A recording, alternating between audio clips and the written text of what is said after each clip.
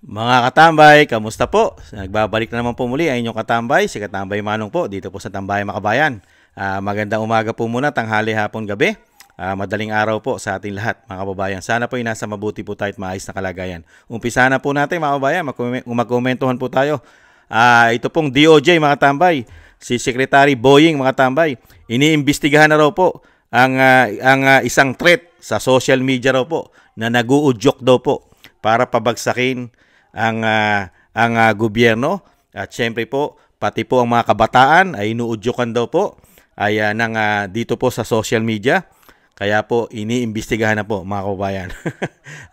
ang mga nag-uudyok sa mga kabataan doon po sa mga taga Maynila na sinasabi po, ibang klase po itong DOJ nito. Samantalang pag ang Vice President ay napakarami nag-uudyok sa social media na ito po ay i-impeach ang Vice President, ay wala pong threat yan, mga tambay, na pabagsakin mo at nag-uudyok ka na pabagsakin mo ang Vice President. Mas gusto po nila yan. Pero pagdating po sa Pangulo na nagbigay po ng 3 taong korupsyon sa ating bansa, mga kabayan, ay proud na proud po dyan ang DOJ Secretary. Pagka po pagnanakaw, umano. Basta pagnanakaw, issue ng pulburon, issue ng damo, pinagbabawal na damo, katulad po ng anak niya, wala pang 3 buwan, absuelto na, dyan po yata masaya at talagang kampante ang DOJ. Hindi kaya, nagtatanong lang si Kamanong. Pakinggan po natin, mga tambay, ang balita. Samantala, iniimbestigahan na ng Department of Justice ang umunoy thread sa social media na nag-uudyok sa mga kabataang manggulo sa rally kahapon sa Maynila. Ayon kay Justice Secretary Jesus Crispin Remulla, pinag-aaralan na ng mga IT at ng DICT ang thread at kung sino ang nasa likod nito. Hinalintulad ni Remulla ang gulo kahapon sa nangyari sa Indonesia at Nepal kung saan kabataan ang nanguna sa gulo. Nakikipag-ugnay na rin ang DOJ sa DSWD para sa parusa ng mga minor de edad na naaresto kahapon. We don't mind the protest. Protest is a constitutionally guaranteed right. Ang problema, pag violence na. Wala na kasing justification for violence. I don't think anybody can justify violence and the destruction of property and going against law enforcement agents. Nakita nyo naman ang na-injure kahapon, 70 policemen. Yan po, mga tambay. Yun ang sinabi po, mga tambay. Napakarami raw po na injured na mga kapulisan. At syempre po, mga kabayan, kailangan pong may managot. At yan po ang tinatrabaho po ng DOJ. Pati po sa social media ay pinag-aaralan na po nila ang mga nag-uudyok umano sa sinasabing threat para po manggulo noong nakaraang rally po noong linggo, mga kababayan. Ganyan po katindi ang DOJ, mga kababayan. Ibang klase po, hindi po ba? Pero pagka anomalya, wala po siyang investigasyon. Sa issue ng pulburon at coke ng Pangulo, wala pong kailangan imbestigahan, mga kabayan. Sa issue ng pulburon at coke ng First Lady, wala pong dapat imbestigahan. Sa korupsyon po ng gobyerno, na isang damukal na korupsyon, wala pong dapat imbestigahan. Pero pagdating po, dito po kailangan imbestigahan. Hindi po ba? Kailangan imbestigahan, kailangan may managot. Pero sa ginagawa po ng gobyerno na sila po ang nakikinabang, wala pong mananagot. Hindi po kailangan may managot. Kailangan po i-divert. Kailangan po ang issue ay takpan ng takpan. Kailangan po tabunan ng issue.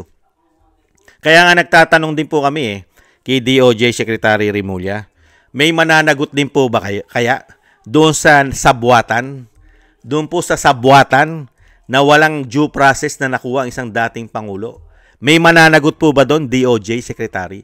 Meron po ba mananagot ang proseso ng batas? Hindi po ba? Pagka kasi nasa inyo ang issue sa gobyerno ng binagawang Pilipinas, kailangan po, sinasabi nyo, magdaan sa due process. Laging may due process pagka sa inyo na ang issue. Pero pagdating doon sa ginawa kay dating Pangulong Duterte, hindi po uso due process doon. Hindi uso. Napakabilis. Ipatapon agad yan sa Netherlands, sa ICC, sa The Hague.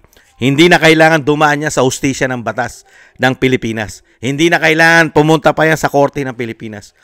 Basta, kami na masusunod. Ganyan po katindi. Kaya may panapanahon po yan. Boying Remulla, hindi habang panahon ay kayo po ay nasa kapangyarihan. Hindi po ba? Yung mga pinagagawa nyo po ay natatandaan po yan ng taong bayan. Hindi na po tanga, bobo ang mga Pilipino ngayon. Ang nagiging bobo na lang po at nagpapakatanga at nagpapaagago ang mga nakikinabang sa gobyernong ito, umano. Hindi po ba? At hindi rin po kami tangat bobo. Secretary ng DOJ, yung anak nyo po, napakabilis na naging proseso. Wala pang 3 buwan. Tapos na lahat ang mga hearing, absuelto na agad. Imposible. Unbelievable. Hindi po ba? Kilo-kilong pinagbabawal na damo ang nadali o nahuli, mga kababayan. Ganyan po katindi ang batas po nila. Kaya dito po, ipagpatuloy nyo po yan. Yan, sige. Yan, yung demokrasya na yan. Sino mananagot dyan? Kailangan bang managot dyan sa mga planted, mga scripted na gawa-gawa lang ng makakaliwa? Kaya, hindi kaya makakaliwa ang may gawa nito at pilit na ibinibintang at dinadivert sa mga Duterte? Hindi kaya at hindi naman tanga ang mga Pilipino para maniwala sa inyo.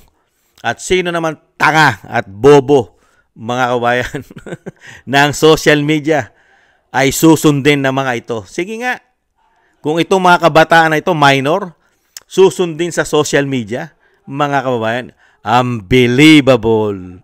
Hindi po ba? Yan po ay meron pong nag-utos dyan. Hindi kaya? May nag-utos dyan. At meron funded dyan. Funded nila yan. May pondo yan. Hindi po ba? Pinondohan nila yan. Hindi kaya?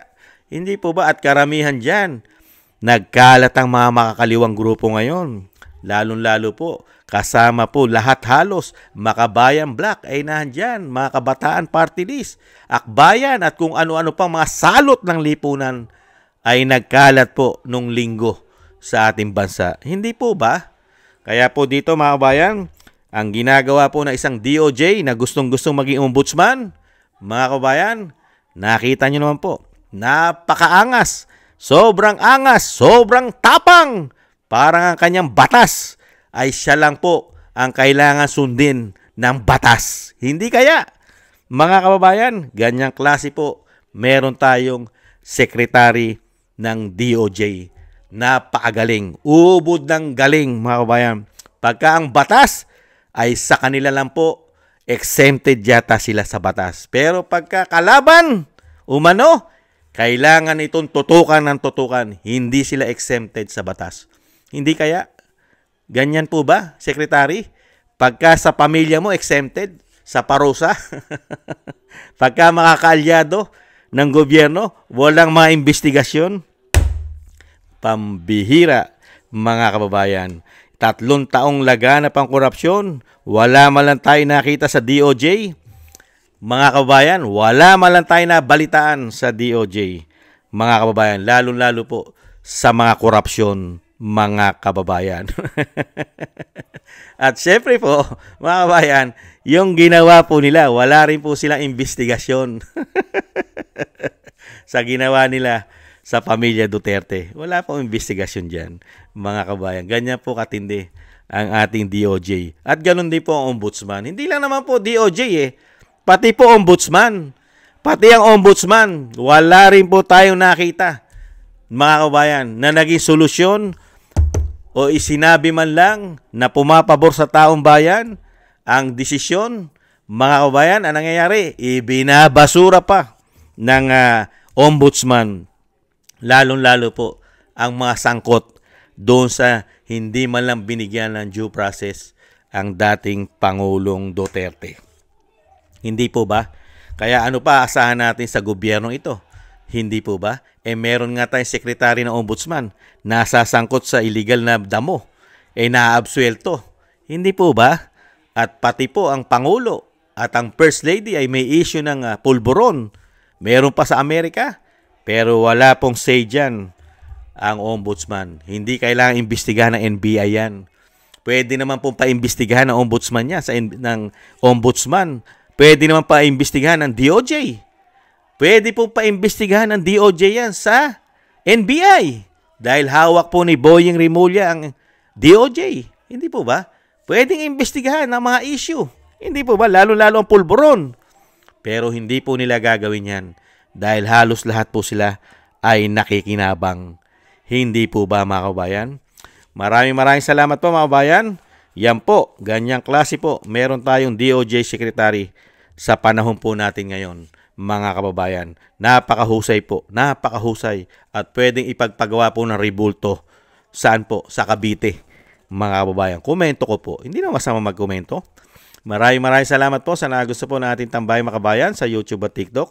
At ganun din po sa mga nagko-comment. Like, share, and subscribe sa mga subscribers po natin. Thank you po, mga kabayan. At sa patuloy po nagsusubscribe, maraming salamat po. At sa mga nagbibigay po ng tulong at biyaya, maraming salamat din po sa inyo, mga kababayan. At syempre po yung dasal po natin at panalangin sa pamilya Duterte ay sana po magkaisa po tayo. Isama po natin sa dasal na sila po'y maingatan ng ating Vice President, ang ating dating Pangulong Duterte na maingatan sa kapahamakan at madugtungan pa po ang buhay at kalakasan ng ating dating Pangulong Duterte at makabalik po sa lalong mabilis sa ating bansa, mga kababayan. At ganoon din po tayo ay magdasal at manalangin na tayo po'y maingatan at ang ating buong sambahanan, mga kababayan.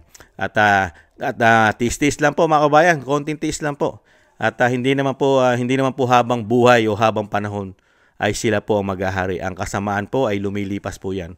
Kabutihan pa rin po ang mananaig, mga kababayan, lalo-lalo po sa ating bansa. Konting tiis lang po. Maraming salamat po, mga kabayan. Ingat-ingat po tayo at magtiis. Paalam. Bye-bye.